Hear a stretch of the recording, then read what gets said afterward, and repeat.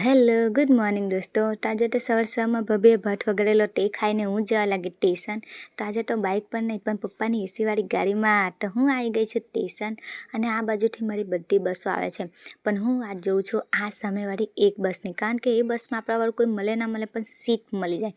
તો હું આવી ગઈ છું બસમાં અને મને બારીવાળી જગ્યા મળી ગઈ. અને એની ખુશી તમે મારા ઠોબરા પર જોઈ શકો છો. પછી હું આવી ગઈ છું મંદિરે. તો દર્શન કરીને હું આવી ગઈ છું કોલેજ.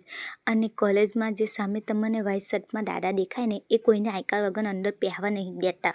તો પછી હું આવી ગઈ છું ક્લાસમાં લેક્ચર ભરીને અમે આવી ગયા છે ઠૂસવા મંચુરિયન ખાવા. પછી હું આવી ગઈ છું પપ્પાની ગાડીમાં, કારણ કે પપ્પાનો ફોન આવેલો કે હું આવી ગયો છું ભરૂચ, તો તને પણ સાથે ઘરે લેતો જાઉં.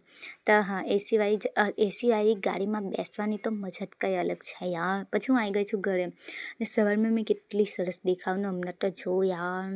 Bye bye.